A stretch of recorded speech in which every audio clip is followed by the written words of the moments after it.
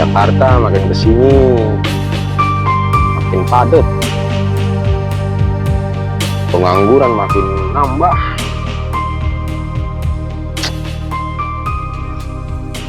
Berat kayaknya gue bersaing sama yang muda-muda. Apa sih Ki? Lu doang. Tapi emang gila nih, lampu merah isinya pengamen mulu. Ada segala badan di cat warna silver lah. Pengamen cuman pakai seruling doang. Bukannya trek-trek gini. Yang ngecrek iya, maksudnya ada ngecrek yang pakai itu botol, tutup botol. Kan ada juga yang begini. Iya cuman tepuk tangan doang. Gila, Jakarta makin begini. Selamat sore Makin Bapak parah. Ibu, selamat sore Bapak Ibu, ya gitu doang. Sering banget Nyampe gitu. kelar lampu hijau, gitu doang lagunya. Pengangguran makin banyak, John. Orang yang kehilangan pekerjaan juga makin banyak. Yang lagi berlomba-lomba nyari kerjaan juga nggak kalah banyak. Ya tahu sendirilah, namanya juga ibu kota. Ibu kota itu kan jadi tujuan ya. Jadi tujuan semua orang di daerah buat lari ke ibu kota ngadu nasib. Ya kita-kita yang usianya udah dibilang mau akhir, sebentar lagi resign nih, cabut sama Tuhan nih.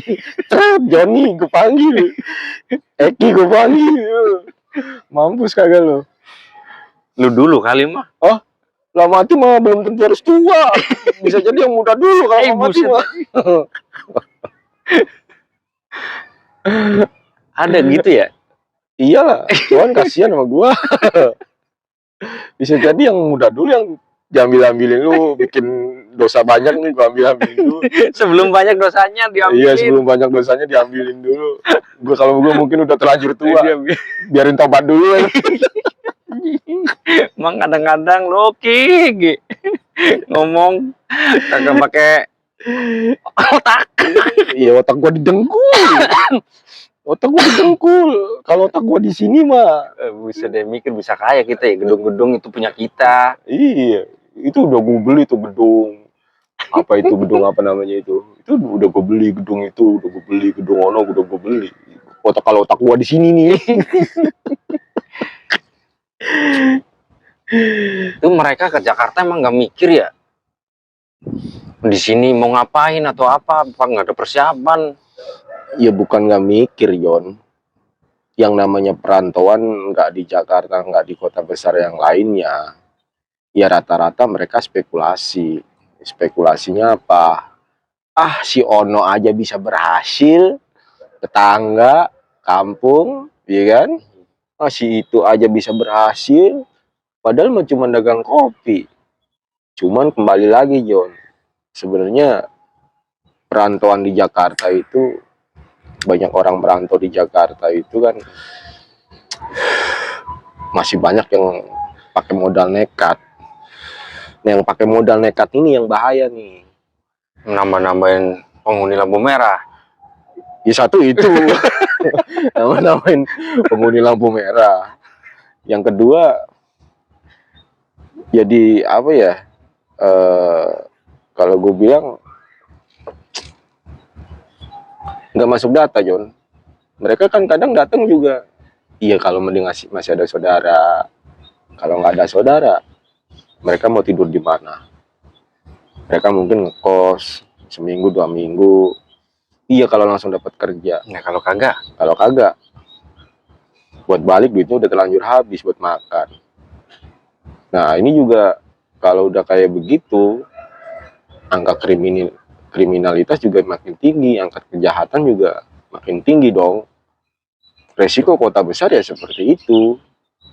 Makanya nggak salah juga kalau pemerintah memberikan beberapa regulasi buat para pendatang. Bukannya melarang, tapi paling tidak harus ada beberapa persiapan-persiapan yang harus dipersiapkan. biar nggak nanggung kemari ya. Ya biar mereka juga bisa bersaing dengan baik kayak begitu. Jangan datang ke sini cuman ngecek toko sebelah. Buat dijebol. Iya. Sukses sih 1 malam. Besokannya, Tahun-tahun besokannya di Uber sama itu siapa yang di Polda Metro Jaya namanya? Jacqueline Chopper, Iya. Jacqueline Chopper top tuh sama MP Ambarita. Oh iya, itu idola gua itu. Idola banget gua kalau ngeliat Jatan terus gua takut muka lu nongol gitu doang. Kirain lu gak bisa bertahan di Jakarta, lu nyolong. Oh, Jacqueline Chopper top itu sama MP Ambarita. Oh, idola itu beneran. Keren. Ya mudah-mudahan sehat selalu. Amin. Iya. Ya kalau ada polisi-polisi kayak begitu banyak di Jakarta, ketenangan warga masyarakat Jakarta jadi sedikit tenang ya enggak? Udah pasti Ya itu. paling enggak yang mengganggu kayak begitu. Kita nggak nyalain orang merantau, John. Karena sebenarnya di Jakarta itu mungkin ya lebih dari 50% mereka adalah warga perantauan. Cuman yang kasihan kalau mereka yang nggak punya kesiapan datang ke sini tidak punya saudara, ya kan? Tidak punya bekal yang cukup, berharap dapat kerjaan. Itu yang kasihan gua, John. Kita yang udah lama di sini aja tahu besok bisa makan apa enggak. Nah, iya. Ya kan? Lu merantau udah berapa tahun ya ngomong-ngomong? Nah, gue dari 2010 apa ya? Sekarang 2023 ya? Mau 24. 13 tahun ya? Iya. 13 tahun masih begitu aja. Miskin iya, kaya kagak. Di sini cuma bisa ketawa, ambil ngopi. Iya 13 tahun lu bisa terantau di Jakarta. Miskin iya, kaya kagak. Lu kenapa nggak pikiran pulang kampung? Ya, dananya buat pulang aja udah nggak ada. Duit gitu. Iya, maksudnya kan kalau mamanya cuma buat ongkos-ongkos doang bisa nyampe sono kan taunya mereka di sini kita kerja. Padahal nganggur ya. Iya. Itu yang jadi masalah besar di gue mau pulang kampung di situ. Iya sih, John. Ya, Kak, ada pepatah yang bilang pulang malu nggak pulang rindu. Iya. Kayak lagunya Armada aja pulang malu kalau pulang rindu. Itu yang gue Buset maksud. dah. Iya sih. Jadi pengangguran itu memang jadi satu momok ya di setiap daerah, di setiap negara. Sebenarnya bukan di Jakarta doang, John. Di kota-kota besar yang lainnya kayak di Medan, Surabaya, Semarang, Makassar, ya kan? Daerah-daerah timur itu yang memang jadi tempat apa ya? Perpindahan masyarakat dari daerah tertentu ke daerah yang atau kota besar buat mengadu nasib. Ini yang memang menjadi perhatian kita semua ya. Jadi kayak penyebab utamanya kenapa sih mereka gagal di perantauan? Kenapa sih mereka gagal pada saat mereka merantau ke Jakarta? Salah satu contohnya ya kan, yaitu tadi yang pertama mereka datang tanpa perencanaan, John. Asalkan ada uang buat naik bus, jalan aja. Jalan. Ya kan? Tahu di sini mau ngapain? Bodoh amat dah. Iya. Yang penting nyampe Jakarta dulu. Iya kan? Iya. Itu yang pertama. Terus yang kedua itu mereka menyamakan budaya kerja mereka seperti di daerah. Lu tahu sendiri, lu di jalanan kayak apa di Jakarta. Dari jam 5 subuh sampai jam 5 subuh lagi orang lalu lalang. Sebenarnya mereka bukan nguji motor atau ngetes motor atau nguji apa namanya? Jalanan di Jakarta halus apa enggak. Itu mereka sebenarnya warawiri kerja nyari duit ke sono kemari ke sono. Ada yang berangkat pagi, ada yang berangkat malam, ada yang berangkat siang, ada yang pulang sore. Jadi karena aktivitasnya itu hampir 24 jam, mereka lalu lalang setiap hari. Jadi jalanan di ibu kota itu nggak pernah sepi 24 jam. Nggak ada yang sampai Iya kan? sepi, nggak ada. Contoh lu lihat aja kayak pasar-pasar di mana di pinggiran Jakarta atau di Jakarta sendiri, pasar rata-rata hampir 24 jam. 24 jam. Ya kan? Jam 2 pagi aja orang udah berangkat Itu berebut sayur pada. berebut sayur ya Iya, kan. kalau jam-jam Nah, segitu. sekarang kalau budaya mereka masih kayak orang kerja di kampung. Jam 7 baru bangun, setengah 8 masih ngopi, jam 8 baru jalan. Nah, jam 9 mereka udah dipecat. Orang nyampe tempat kerjaan telat. Telat mulu, ya kan? Belum lagi kendaraan, ya kan? Mereka nggak bisa mengantisipasi kendaraan,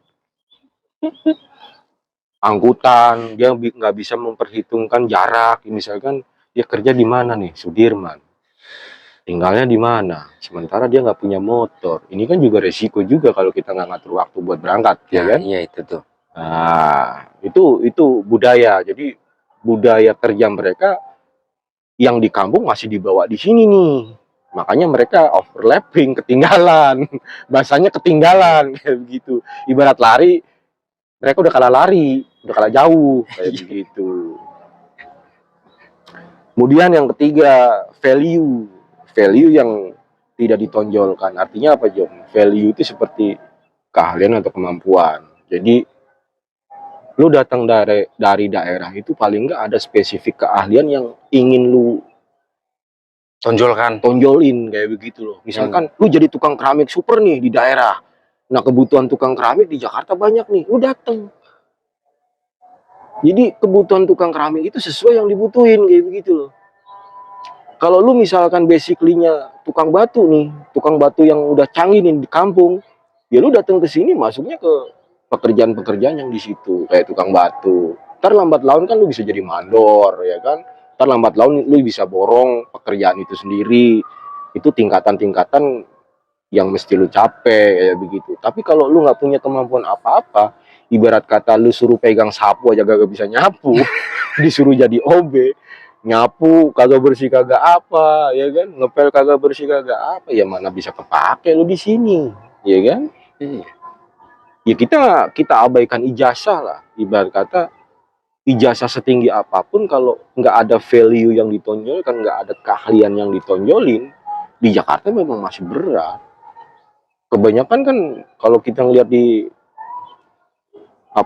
lowongan kerja itu kan dicari lulusan S1 minimal pengalaman setahun. Lah gua nggak ada pengalaman. Kita cuma ngadu nasib, untung-untungan doang. Paling kalau kita menang interview, bagus, masuk. Itu aja kita masih belajar, adaptasi dengan pekerjaannya masih butuh penyesuaian kan. Walaupun kita punya basic keahlian apapun, belum tentu kita bisa langsung kerja. Semuanya harus butuh penyesuaian. Nah, apalagi kalau mereka yang nggak punya keahlian apapun. Lah, penyesuaian mereka bukan sebulan 2 bulan, bertahun-tahun itu. Jadi lama banget kan. Ya, terjadi kayak di gua juga sih kayak gini. Jadi ngojek mulu jadinya. Iya, hidup mati ngojek dah. Sekarang angkutan di Jakarta udah pakai AC semua, udah pakai tapping semua. Lu sekarang orang naik lu aja, mereka kadang bingung, Bang, bisa pakai kiris?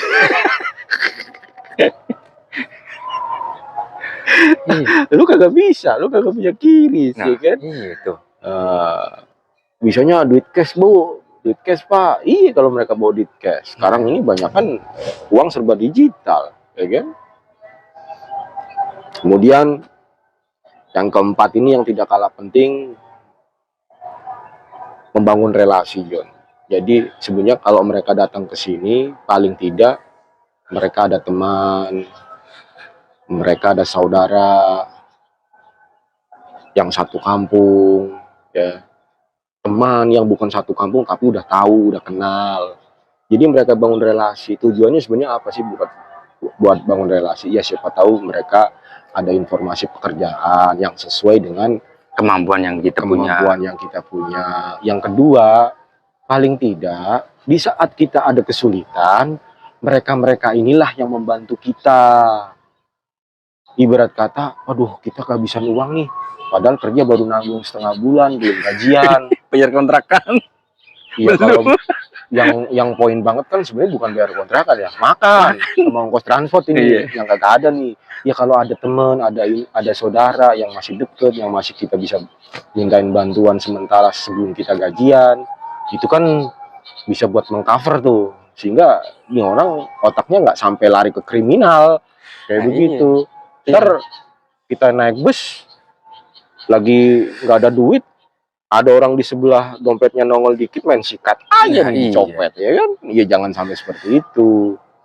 Itu kenapa kita harus bangun relasi, ya paling enggak kita nggak seorang diri, nggak sebatang kara di Jakarta. Ada saudara, ada keluarga, ada teman. Jadi kita bisa recovery kalau ada apa-apa. Termasuk kalau memang di luar kemungkinan yang kita perkirakan. Misalkan dalam waktu tertentu selama 3 bulan kita nggak dapat kerja nih. Ya paling enggak kita masih bisa minta ongkos kan sama mereka buat pulang kampung. Udah, gue udah kalah malu. Ya kan? Gue udah kalah malu. Sini gue pinjemin duit, gue balik kampung, ntar kalau di kampung gue ada duit, gue transfer. Begitu kan. Coba kalau nggak ada temen kayak begitu, dia udah kehabisan duit. Akal pendek mereka yang mereka gunain. Iya kan? Mayoritas tuh. Nah, ngelihat ada sepeda butut ngegeletak depan rumah main sambit aja Iya. dijual. Alasannya mau buat pulang, ternyata kalau setelah dijual kagak cukup duitnya buat makan Makan lagi. habis lagi. Iya kan? Habis lagi. Akhirnya nyari sasaran baru lagi. Ya kan? Nah, Ya jadi mending kalau larinya nggak nyolong, nggak nyuri ya kan. Misalkan larinya jadi pengamen, ngemis di lampu merah misalkan. Ya kita nggak nyalain. Ibarat kata garis hidup mereka memang lagi di situ. Cuman kalau mereka persiapkan dengan baik, mereka nggak harus ngejalanin itu kan. Nggak sampai harus ngemis, nggak sampai harus ngamen, ya kan. Yang ngamen yang lebih kreatif lah. Datang ke kafe-kafe, Bapak Ibu, saya boleh join apa? Kafe di sini kan nggak ada hiburan. Saya mau nyanyi dan saya nggak minta bayaran dari pemilik kafe, tapi saya taruh kotak ini ya, kotak apa namanya? saweran. Kotak saweran. Jadi biar pengunjung sukarela ngasih, kita pun nggak maksa minta. Nah, iya itu. Itu lebih bagus, ya kan? Misalkan kita ngumpul nih 3 orang 4 orang, yang satu pegang gitar, yang satu pegang kendang, yang satu pegang kepala, pusing. itu gua kalau mas Iya kan? Begini, yang satu lagi gitaran, yang satu lagi nyanyi, yang satu pegang kepala, pusing, belum ada yang nyawer gitu. Misal ya, itu kan bisa. Jadi mereka bukan lagi dianggap kayak pengamen jalan. Iya bener sih pengamen, cuman kelasnya kalau udah lebih bermartabat Iya. lah, nggak ngeganggu banget. Terus mereka juga dikasih space sama yang punya kafe kan. Bang, kalau lu bagus, gue pertahanin. Tapi kalau nggak bagus, ya tolonglah diperbaikin, ada evaluasi. Biar kehadiran lu juga nggak ngeganggu konsumen mereka yang makan atau sekedar nongkrong di situ. Kan lagi rame tuh, lagi marak kafe-kafe yang kayak begitu kan. Kerjasama sama pemusik-pemusik jalanan. banyak banget untuk sekarang ini. Terus lagi Jon, yang kelima ini yang tidak kalah penting, penyebab mereka gagal di Jakarta, merantau di Jakarta itu mereka terlalu santai Jon. Banyak dari mereka pendatang itu yang terlalu santai. Santainya maksudnya gimana nih? Ya santainya yang gue bilang terlalu santai dan nggak tahu sampai kapan tujuan mereka di Jakarta merantau. Artinya mereka nggak punya progres. Manakala mereka, contoh ya, lu udah merantau dari tahun 2010 sampai 2013 nih. Lu datang ke Jakarta, lu ngojek, harusnya lu punya patokan. Udah 13 tahun nih, masa iya sih gua sampai mau mati nggak ada yang nguburin di Jakarta, beli kuburan aja gak mampu, lu masih ngojek mulu. Lu harus ada progres kayak begitu. Sekarang oke lah lu udah jadi tukang ojek, pangkalan di depan gang, ya kan. Nah lu harus punya tingkatan nih, harus punya rencana. Paling enggak gua harus punya motor 2, jadi orang yang lagi nganggur gue suruh ngojek, ntar setoran sama gua. Lu jadi bos ojek kayak begitu, dari 1 motor 2 motor 3 motor 4 motor kayak begitu. Setoran sama kita ya. Setoran antara sama pengalaman. lu lah. Lu yang sewa motor nih 20.000 sehari, soalnya lu ngojek, ya kan. Lalu pemasukan, lu udah jadi, udah bukan jadi tukang ojek lagi levelnya, udah jadi bos ojek, ya kan. Nah pada saat lu udah bisa ngumpulin uang, lu jangan ngumpulin buat nyari rumah di sini itu rumah udah mahal banget. Kalau sementara lu masih mampunya ngekos atau ngontrak aja. Lu tabung aja uangnya biar lu bisa beli tanah di kampung. Lu pertama yang harus dibeli jangan rumah. Kalau bisa nih, pandangan gue ya, lu bisa beli sawah. Jadi progres lu misalkan lu udah umur 45 tahun, rasanya gue udah ngap banget di Jakarta, gue mau ke kampung. udah lelah. Ya paling nggak lu udah punya sawah, iya nggak? Lu punya sawah, di sana bisa bercocok tani sambil menikmati masa tua, penghasilan masih ada. Yang di sini orang yang ngojek yang bawaan lu itu, di bawah lu itu siapa? Satu yang dipercaya. Tor ya ke kampung kirim, lu di kampung masih mainan Kosrokan. sawah ya kan, kosrokan apa? Gambutin rumput sama bini ya kan. Itu kan endah banget itu. Sekarang sudah kayaknya ngeliat gosrokan kayak gitu udah gak pernah sekarang. Ya, soalnya kenapa? Emang kita dari awal kayak lu sendiri di kampung yang notabene sebenarnya masyarakat di sana sebenarnya banyak yang jadi petani, tapi lu nggak diajari untuk jadi petani, nggak dibekalin lu jadi petani. Pengennya orang tua lu itu lu ke Jakarta bisa ngerubah nasib, tapi pada kenyataannya begitu nyampe di Jakarta nasib nggak bisa dirubah, malah kita makin tertekan dengan nasib. Kan, Ya. aduh, momennya. Ini penyebab kenapa banyak dari mereka yang gagal. Makanya ya kita sharing di sini. Sebenarnya gue ngasih pandangan kayak begitu, John. Jadi biar lu itu ada prosesnya. Oh iya ya, gue seperti ini. Gue harus ada jangkauan waktu yang harus gue capai. Jangan sampai selamanya. Ya semua orang sih kepengennya di mana bumi dipijak, di situ langit dijunjung. Iya. Ibarat kata gua nyari duitnya di sini, ya gua harus bikin rumah di sini. Emang bener. Cuman John, rumah di sini itu enggak Biayanya nggak sedikit. duitnya udah gede banget, John. Kalau lu cuman ngandelin pekerjaan yang seperti itu, nggak mungkin juga kita kejangkau. Iya. Termasuk teman-teman yang lainnya pun seperti itu. Mereka berlomba-lomba buat nabung, buat investasinya di kampung. Manakala dia udah umur sekian, gua balik dari Jakarta, kita masih ada usaha di sana. Atau kita cuman karena di kampung usahanya udah dijalani sama orang-orang kampung yang nggak jadi ke Jakarta karena lu kasih pekerjaan di sono, lu jadi bos juga di kampung. Secara tidak langsung berarti lu juga neken juga orang buat nggak harus merantau ke Jakarta atau ke kota-kota besar, karena lu udah ngasih lapangan pekerjaan secara tidak langsung biarpun musiman, tapi paling tidak itu bisa menekan tingkat urbanisasi, perpindahan masyarakat dari desa ke kota itu bisa ditekan. Itu kalau lu atau orang-orang yang lainnya atau teman-teman yang lainnya mau berpikiran seperti itu. Sehingga orang datang ke kota besar itu nggak punya pikiran gua harus kaya di sana, tapi gua nggak punya modal apa-apa, kan omong kosong. Ya 1001 lah orang yang bisa seperti itu. Iya sih. Nggak bisa modal semuanya. nekat semua pada rata-rata. Sebenarnya ada beberapa tipnya juga biar teman-teman yang sudah terlanjur merantau itu mampu bertahan dengan baik. Apa tuh? Misalkan begini ya, lu mau merantau nih ke Jakarta, lu harus hitung dulu bekal lu.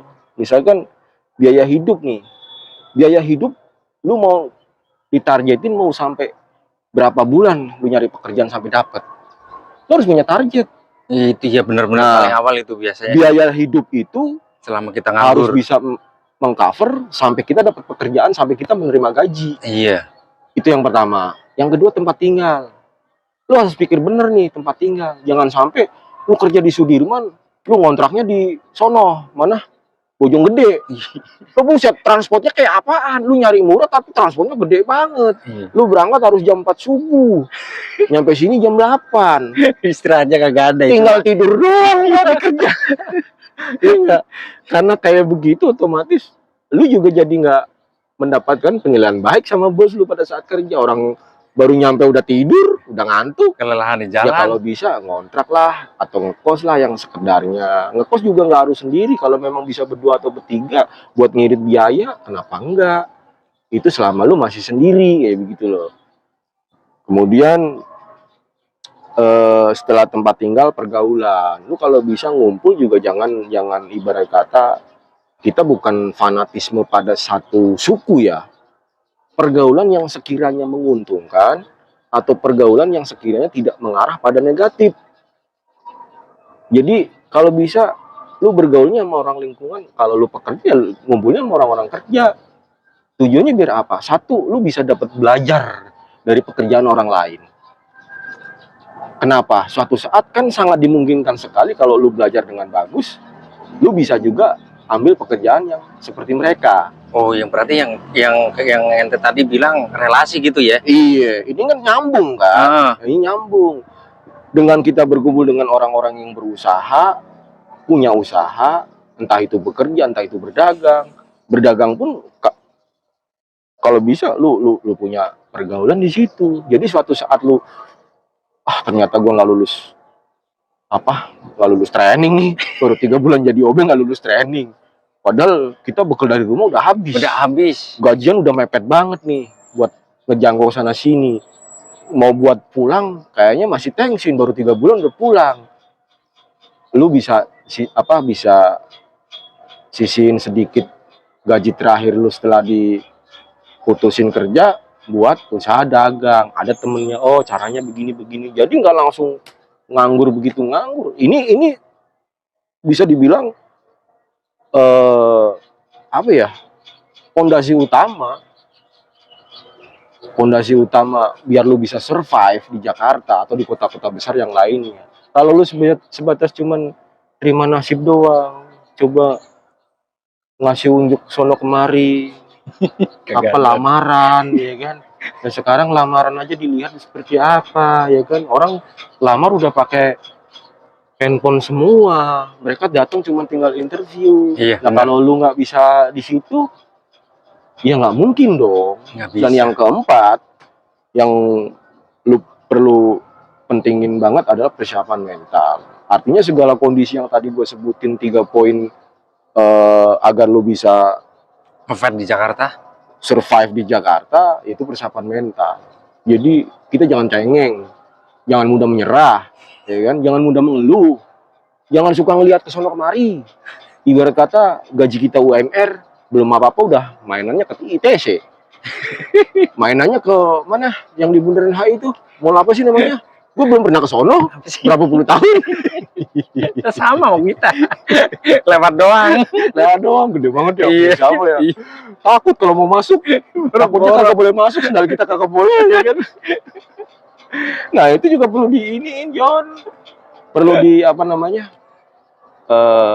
perlu diperhatikan persiapan mental yang seperti itu. Biar apa? Ya kita bener-bener Bisa ngefight. bisa survive di kota besar manapun, nggak di Jakarta doang ya, karena gue denger kayak di Surabaya, Medan pertumbuhannya juga kenceng banget nih. Makassar, Semarang udah sekelas Jakarta ya, Udah begitu. sama, mereka di situ juga sama.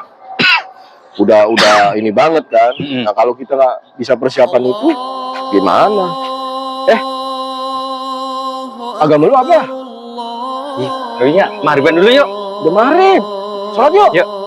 Kita berdoa, siapa tahu rezeki kita makin baik. Oke, gue. Kita kan punya Tuhan.